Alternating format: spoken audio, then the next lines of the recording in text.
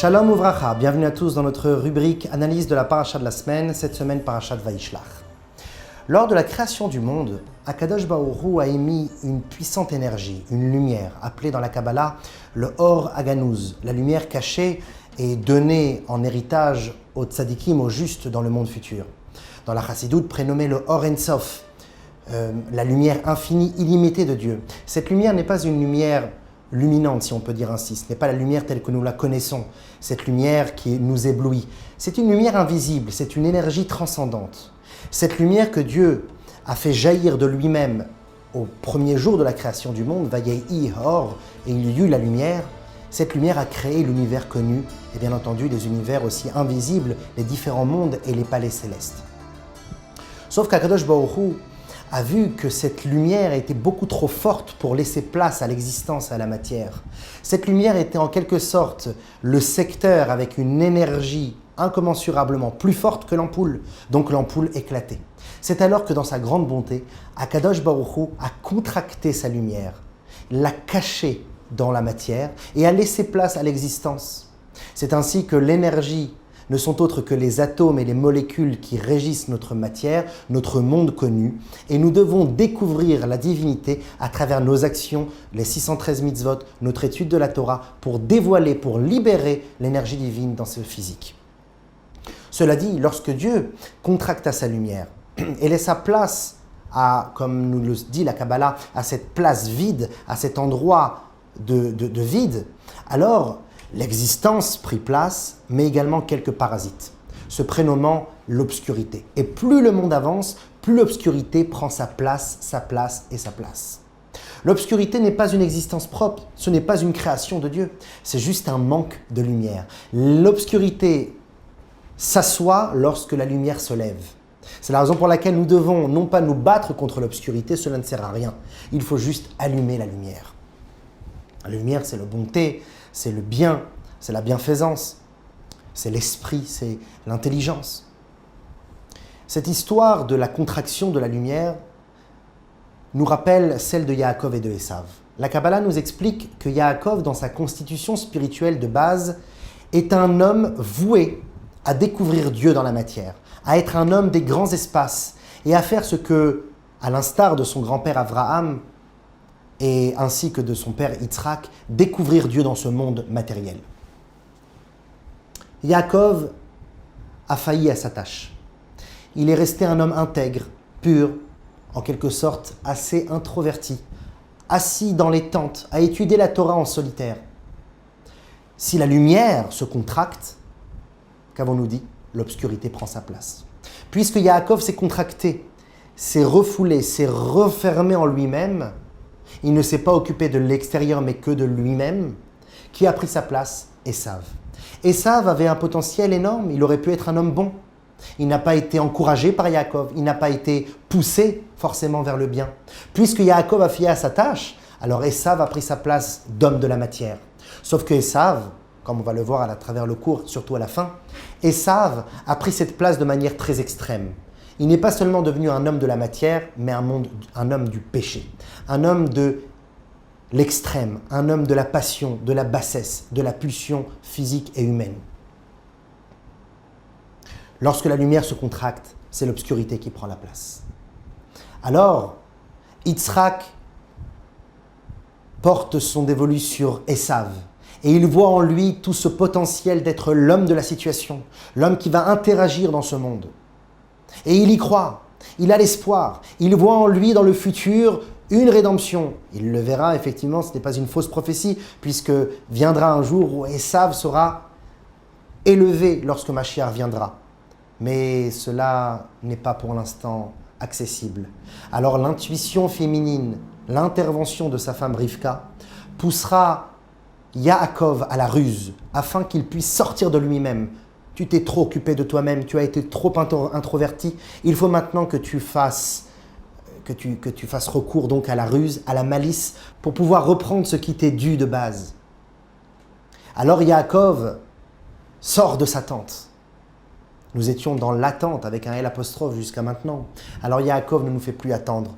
Il sort de son intériorité, il s'extériorise à la demande de sa mère, va même faire recours à la ruse pour retrouver la bénédiction qui lui était due depuis le début, dont il a fait, malheureusement, il a échoué. Et il devient le vrai Yaakov. Lorsqu'il devient ce Yaakov, il reprend ses bénédictions et s'enfuit de Be'er-Sheva. Non pas seulement par peur et par crainte d'Ésav, mais surtout que maintenant il doit retourner sur les pas de ses ancêtres. En effet, Abraham, quelques années auparavant, avait quitté la terre de Haran, qui est son pays natal, terre si remplie de bassesse et de perversion, mais en même temps où se cache le plus de lumière. Car là où l'obscurité a pris sa place, c'est parce que la lumière s'est contractée. Plus elle se contracte, plus elle se concentre, plus elle est puissante. Alors, Avraham Avinu, au lieu de s'occuper de Haran, fuit Haran à l'ordre de Dieu. Lech lecha, va vers toi-même, fais une introspection personnelle, occupe-toi de toi. Par la suite, Avraham va s'occuper sur les chemins dans le désert de tous ceux qui auront besoin. Mais il ne va pas revenir à Haran pour élever l'endroit. C'est seulement à l'époque de Yaakov. Celui-ci retournera sur les pas de ses ancêtres pour découvrir la lumière et la bonté, la luminance, le bien qui se trouve dans ce mal, dans cette obscurité qui est donc Haran, et y donner naissance à toutes les tribus d'Israël. Et après avoir fait cette mission, retourner en Israël. C'est ce que va faire Yaakov, revenir sur les pas de ses ancêtres et transformer la matière de Haran. Pour comprendre cette idée, nous parlerons aujourd'hui du secret des prénoms, de leur entité, de leur force, de leur profondeur. Au début, nous avons parlé d'Abraham. Au début, Abraham se nommait Avram, sans le He. Lorsque dans la paracha de Lech Lecha, Dieu lui ordonne de faire la Brit Mila, la circoncision, alors par le fait qu'il a fait descendre la divinité dans la matière, chose qu'il n'avait pas fait jusqu'à maintenant, par le fait qu'il fait descendre la divinité dans le prépuce, dans sa chair, alors on lui lègue une nouvelle lettre, le He. Le He qui fera référence au monde tel que Dieu le perçoit. Alors il se prénomme dès à présent Avraham. De la même manière, Yaakov, qui se prénomme donc Yaakov au début, deviendra par la suite, à la suite de son combat contre l'ange d'Ésav, il devient Israël. Israël, qui est le prénom que nous portons jusqu'à aujourd'hui. Le peuple juif est habité de ce niveau d'Israël. Sauf qu'il est intéressant de remarquer que jusqu'aujourd'hui, on n'utilise plus le nom de Avram. Comme il est écrit dans la paracha de Lech Lecha, chapitre 17, verset 5, « Lo ikare od shimcha Avram » nous ne t'appellerons plus Avram, mais Avraham pour l'éternité. Et nous oublions le prénom Avram. Alors que Yaakov, ce prénom, est resté, a perduré. Il se prénomme Yaakov, mais également Israël. Pourquoi cette différence? La Kabbalah nous explique que le prénom, c'est, selon les termes de la Kabbalah, le Tsinor Shefa HaChaim, le canal de l'abondance de la vie, de la vitalité intrinsèque et de la constitution spirituelle de l'homme, la profondeur de celui-ci. En nous, des lettres, des énergies, les lettres de Dieu avec lesquelles il crée le monde, eh bien c'est ainsi qu'il crée également nos forces. Cette énergie qui nous habite, qui prennent leur source dans les 22 énergies primordiales, les 22 lettres de l'alphabet hébraïque. Et la composition du prénom qui nous a été donné lors de notre naissance, eh bien c'est en quelque sorte la formule magique ou énergétique de l'homme à travers toute sa vie dans ce bas monde. Le Tanya Kadisha, l'œuvre maîtresse du Rabbi Shneur Zalman de Liadi, prénommé le Admour Hazaken, fondateur du chassidisme Chabad, nous dit Shmo Sheikraou Lo Binashbelashon HaKodesh Ukli Lachayut. Le nom que l'on donne à une personne, eh bien, c'est le réceptacle à la vitalité. La vitalité, c'est les énergies, les lettres. Eh bien, le nom qui va donc incorporer ces lettres n'est autre que le réceptacle qui incorpore l'énergie. Le Rabbi de Lubavitch explique ces termes du Rabbi Shneur Zalman en disant Shem hu atzinor darko nimshechet achayut ve'ashpa. Le nom d'une personne, le prénom d'une personne est le canal et le chemin dont l'homme va découvrir son influence, l'influence de ses énergies et la vitalité tout au long de sa vie. Le Sfat Emet, le Rabbi de Gour, nous dit que le mot prénom en hébreu, Shem, a la même valeur numérique que le mot livre, Sefer.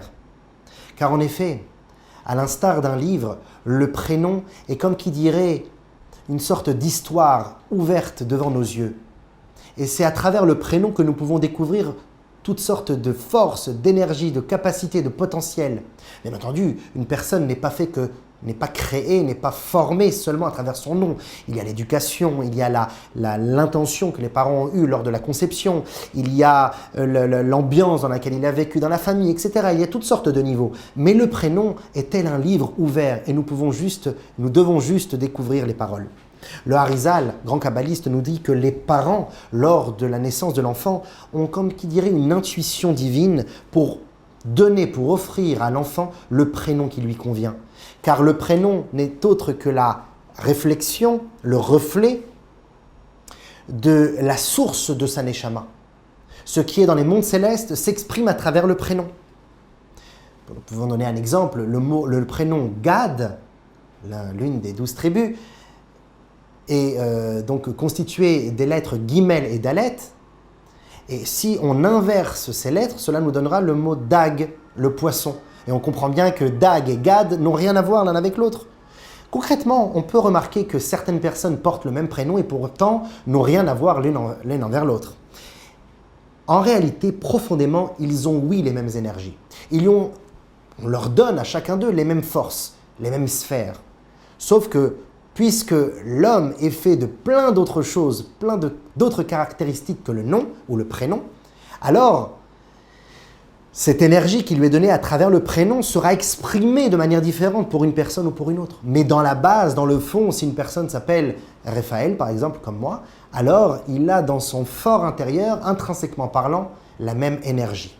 Sauf qu'on n'aura pas la même manière de l'exprimer selon notre environnement, selon notre époque, selon l'ambiance de notre éducation, etc., etc.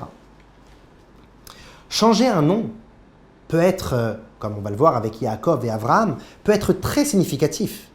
Dans le traité Rosh Hashanah, dans le Talmud, page 16a, celui-ci nous dit que le changement d'un nom peut briser les mauvais décrets. On l'a vu la première fois avec Sarah Imenu, lorsqu'elle change le nom de Sarai en Sarah afin de briser le décret qu'elle ne pouvait pas avoir d'enfant. Et en effet, le Yud, nous dit la Kabbalah, cette petite lettre fait référence à la semence qui n'a pas encore incorporé la matrice de Sarah. Alors il faut élaborer ce Yud, il faut élaborer cette goutte de semence afin de donner naissance à un He, qui sera donc l'ouverture de l'enfant, de l'embryon, jusqu'à la naissance. D'ailleurs, le Yud, cette goutte de semence, se séparera en deux et donnera naissance à un He pour Sarah et à un He pour Abraham. Le Rambam, dans le Maïmonide, dans son chapitre 2 des lois de Teshuvah, nous dit que le changement d'un nom, c'est comme faire Teshuvah, c'est comme revenir aux sources, c'est comme prendre une nouvelle identité, c'est comme devenir une nouvelle personne, renaître de ses cendres. Et le Shulchan Aruch, le livre des lois, nous dit que lorsqu'une personne, lo aleinu velo alechem, tombe malade gravement, alors on peut lui changer, rajouter un nom. Et le Chida, Rabbi Yosef Chaim Azoulay, nous dit que lorsque l'on change le prénom d'une personne, lorsqu'elle est malade, eh bien, si il est méritant et si c'est la volonté de Dieu, même s'il est méritant et que ce n'est pas la volonté de Dieu, peu importe. Mais en tout cas, si cela doit être la volonté de Dieu, eh bien, on lui donne une âme nouvelle. À travers ce nom, ce prénom nouveau, on lui donne une âme nouvelle. Et si malheureusement cela ne marche pas et qu'il doit quitter ce monde, c'est qu'il ne lui a pas été offerte cette nouvelle âme. Si ça marche, c'est parce que justement il a eu une nouvelle âme qui lui a donné une nouvelle vie. Donc la question qui nous saute aux yeux, c'est lorsqu'une personne change un nom ou rajoute un nom, doit-il garder l'ancien nom et porter deux prénoms donc, ou effacer, annuler le premier prénom et garder seulement le deuxième? La Kabbalah nous expliquera que si le deuxième nom contredit dans sa constitution spirituelle le premier prénom, alors il faudra effacer le premier prénom. Car c'est seulement le deuxième qui a été donné par providence divine qui sera la suite de la vie de cet homme ou de cette femme. C'est ainsi que nous pourrons remarquer la différence entre Yaakov et Abraham. Yaakov se prénomme Yaakov car il est Yad Akev. Il a la main sur le talon. Les premières parties de sa vie, comme on l'a dit au début, il n'a pas été véritablement à la découverte de lui-même. Il a été un homme intérieur au lieu de s'extérioriser. Il a été dans l'étente au lieu de sortir à l'extérieur et de transformer la matière, l'élever vers le spirituel. Mais lorsqu'il a pris conscience et qu'il a reçu les berachot, les bénédictions qui lui étaient dues, et qu'il les a pris avec ruse, qu'il est devenu donc cet homme Yaakov, affairé dans ce monde et prêt à être rusé face au Yetzer Hara, au mauvais penchant, c'est alors qu'il devient ce Yad Ekev, cette main qu'il a toujours été depuis le début, cette main sur le talon d'Esav, essayer tout le temps, bien qu'il y a toujours une avance de l'obscurité face à la lumière, car tel est fait ce monde. Alors Esav est peut-être le premier, il passe toujours en premier, il veut aller plus vite, mais la force de Yaakov, c'est de se battre contre la matière et de trouver le moyen de l'attirer vers lui, et même s'il faut, de l'attraper par son talon. C'est la raison pour laquelle il passera 20 années de sa vie chez Lavan pour travailler la matière, pour l'élever, pour transformer Lavan, son oncle, et d'utiliser la ruse également avec lui, avec les histoires des agneaux tachetés et mouchetés, etc. D'ailleurs, lorsque Yaakov se présente, envoie les anges, les émissaires pour aller annoncer à Esav son retour en terre d'Israël, il lui dit qu'il a avec lui des taureaux et des ânes. Alors que si on remarque un peu plus tôt dans les textes, Yaakov a surtout travaillé dans sa vie pour acquérir des petits bétails, et non pas des menus bétails, et non pas des gros bétails. Alors pourquoi annonce-t-il à Esav en premier lieu qu'il a des taureaux et des ânes? Car le taureau fait référence à sa rigueur, à sa vigueur, à sa fermeté, à sa conviction. Le taureau, c'est aussi Yosef, et il montre ceci à Esav. Yad Ekev, il a la main sur le talon et il ne le laisse pas s'enfuir.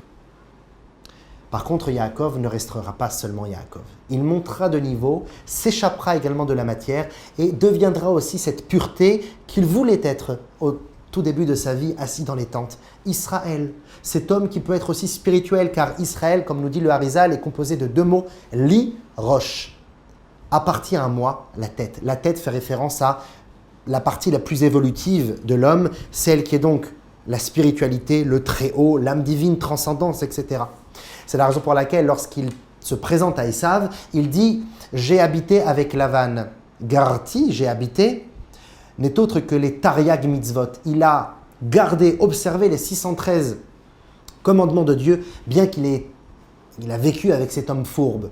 Donc bien qu'il a été dans le niveau de Yaakov avec la matérialité, il n'a jamais oublié qu'il était aussi Israël, le niveau de la tête, le niveau de l'élévation spirituelle.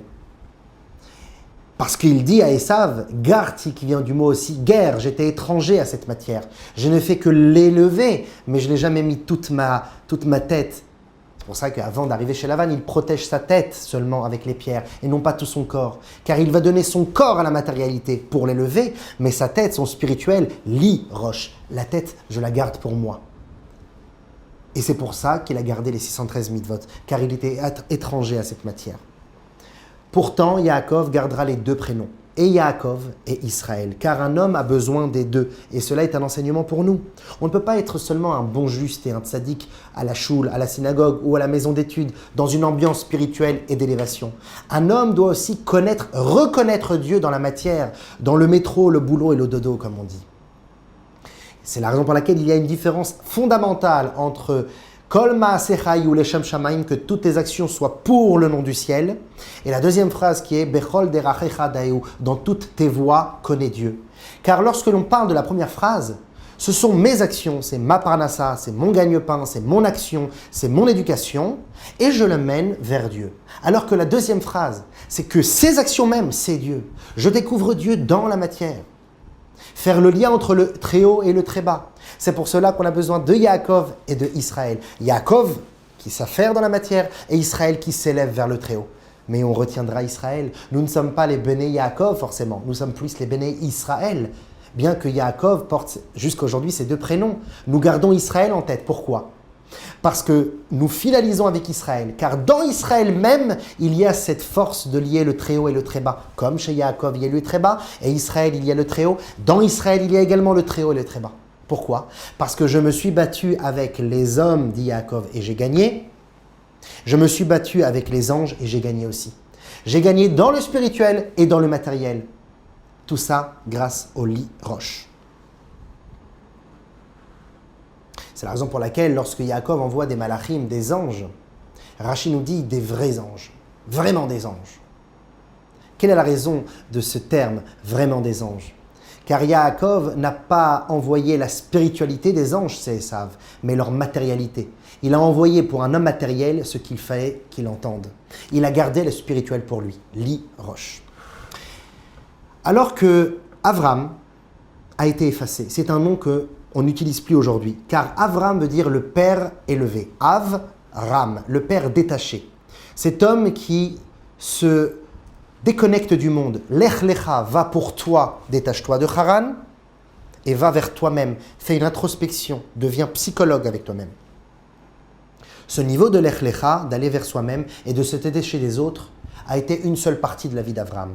Ensuite, grâce à la Brit Mila, de faire intégrer Dieu dans notre corps jusqu'aux plus basses parties de notre être, là, Avram devient Avraham. On lui rajoute ce hé élaboré, ce hé qui a été donné par Sarah. Et il devient non plus le père détaché, mais il devient le Av Hamon Goïm, un père qui est le paternel d'une grande nation, qui est le père de tout être, qui va les aider, il va s'occuper de tous et pas seulement de lui-même. Et c'est pour cela que le premier nom, qui est un nom détaché, est effacé. Pour finir, Yaakov Avinu, à la valeur numérique, le mot Yaakov a la valeur numérique de 182, qui n'est autre que le nombre 26 fois 7. 26, le tétragramme divin, Yud Kevavke, fois 7. Les 7 énergies, les 7 émotions, les 7 traits de caractère qui nous habitent. Car en effet, Yaakov, lorsqu'il était au niveau de Yaakov, s'est travaillé toute sa vie dans la matière, dans son corps, avec ses faiblesses, avec ses peurs, avec ce qu'il a pu être, donc ce qui a pu le pousser à ne pas aller à la rencontre de sa grandeur et d'être assis toute la journée dans les tentes. Eh bien, il s'est travaillé, il a pu ressortir de lui-même, il a pu devenir ce qu'il était vraiment. C'est pour cela qu'il se nomme Yaakov, car il s'est battu 26 fois 27. Il a découvert Dieu dans ses 7 caractères. Alors qu'Esav a la valeur numérique de 376. Pourquoi ? Car cela se départage en 2 parties, 350 et 26. 350, c'est quoi ? C'est 50 fois 7. 50 a la valeur numérique de tamé, impur. Il a agi dans l'impureté et il a intégré cette impureté dans les 7 voies de sa nature, les 7 traits de caractère. Mais, n'oublions pas, Esav a toujours eu ce potentiel qui aurait pu être celui qui l'amène vers la grandeur, 26. Mais il n'a pas pu et il n'a pas su le dévoiler. 350, 50 fois 7, tamé, impur, plus 26, donne 376, la valeur numérique d'Esav. Yitzhak, quant à lui, a la valeur numérique de 208. 8 fois 26, le tétragramme divin fois 8. Pourquoi 8 ? Car cette force qu'il a donnée à Yaakov est seulement une à Esav. Mais dans cette une à Esav a été intégré tout le 26 qu'il n'a pas su maintenir et dont il a échoué. Donc, on voit de là, l'enseignement pour nous, c'est de pouvoir subjuguer ces 2 forces, le très haut et le très bas. C'est ce qui fait justement la force du Ham Israël. Avram n'est pas resté Avram, il est devenu Avraham quand il s'est occupé des autres. Il est descendu vers les plus bas-fonds pour révéler Dieu, découvrir Dieu dans la matière. Ainsi que Yaakov qui a fait le lien entre le plus bas et le très haut, Israël, Bnei Israël, fils de ceux qui se sont battus et avec la matière et avec le très haut, qui les ont liés, qui les ont fusionnés pour l'éternité. Shabbat Shalom et à très bientôt.